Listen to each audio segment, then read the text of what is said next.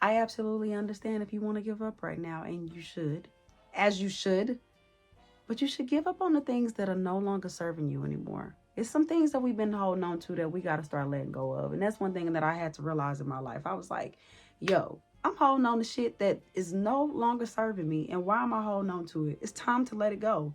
It's time to just let it go. Okay? Feelings, thoughts, habits, people, places, things. If it is no longer serving you, it's time to just get that shit out the back door, y'all. Because the whole thing is that sometimes we hold on to shit and it's just time to let it go, right? It's making you sick. It's making you energetically sick. Oh, but we're going to talk about it. Let's go.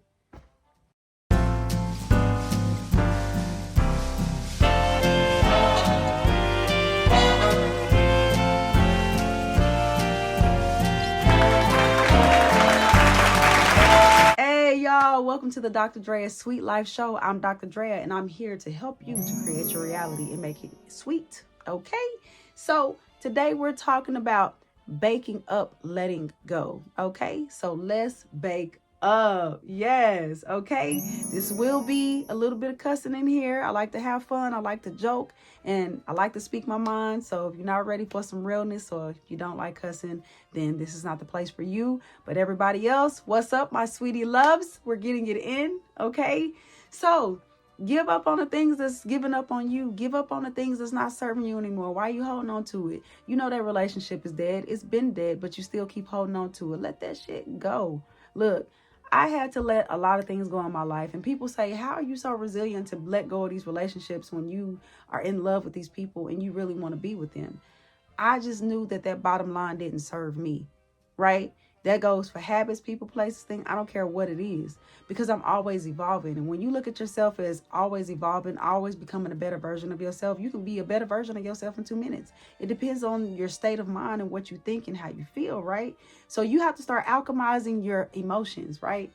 When you start doing that, then everything changes. This is why I say I don't never tell anybody to lead a man, or I don't never tell anybody to just change and do something. I'm telling you to really work on yourself.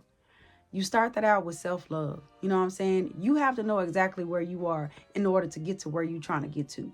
And some things you do need to give up on, especially if you're dealing with a person and they're just not on your frequency or they're not aligned and they're not trying to be aligned, then you need to go ahead and go because some people are committed to misunderstanding you. And when people are committed to misunderstanding you, then you just have to let that be. They're on the frequency of misunderstanding. You can't make somebody understand, right? No.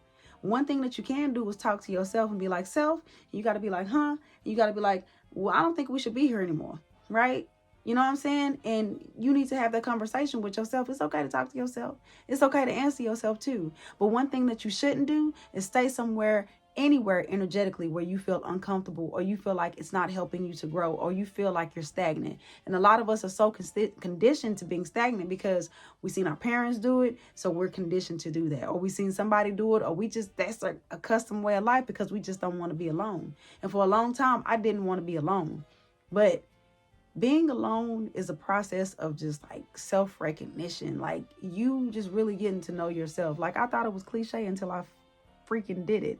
And when I did it, I was like, okay, Dre, it's cool. Sometimes it hurts. Sometimes get a little lonely, but that's okay. That's cool too. Because at the same time, man, you need them lonely times so the Most High can talk to you, right? You need to get those downloads of what your mission is and what you're supposed to be doing. Sometimes we lose track of things, and we lose track of things through other people, places, and things, and thoughts, and feelings, and worries. And you got to get out of that. You got to start loving yourself.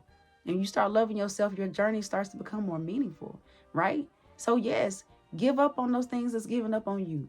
All right. If that relationship not working, that relationship is giving up on you. It's not feeding your higher frequency. It's not feeding where you're going. If it's not feeding where you're going, then it's time to go.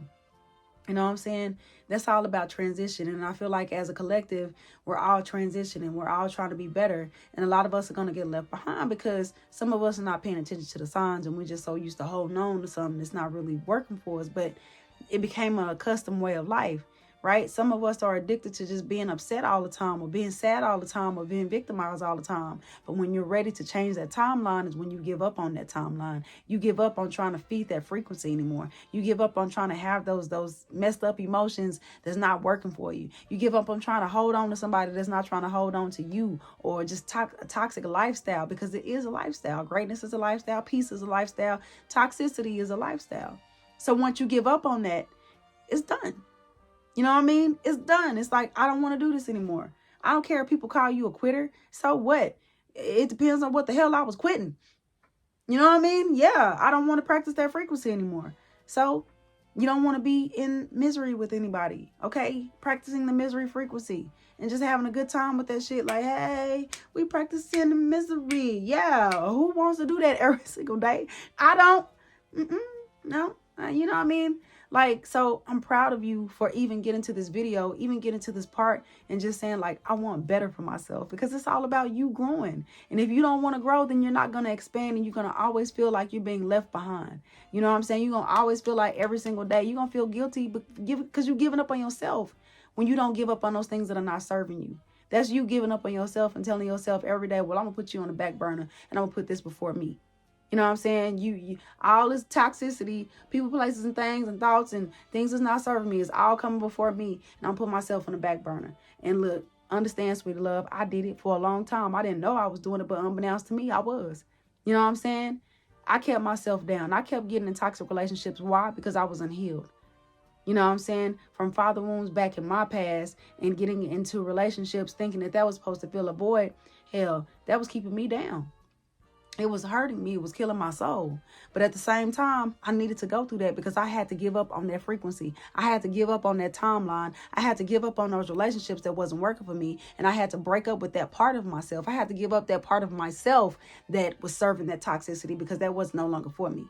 I deserve more, and you deserve more. You know what I'm saying? So yes, give up on that.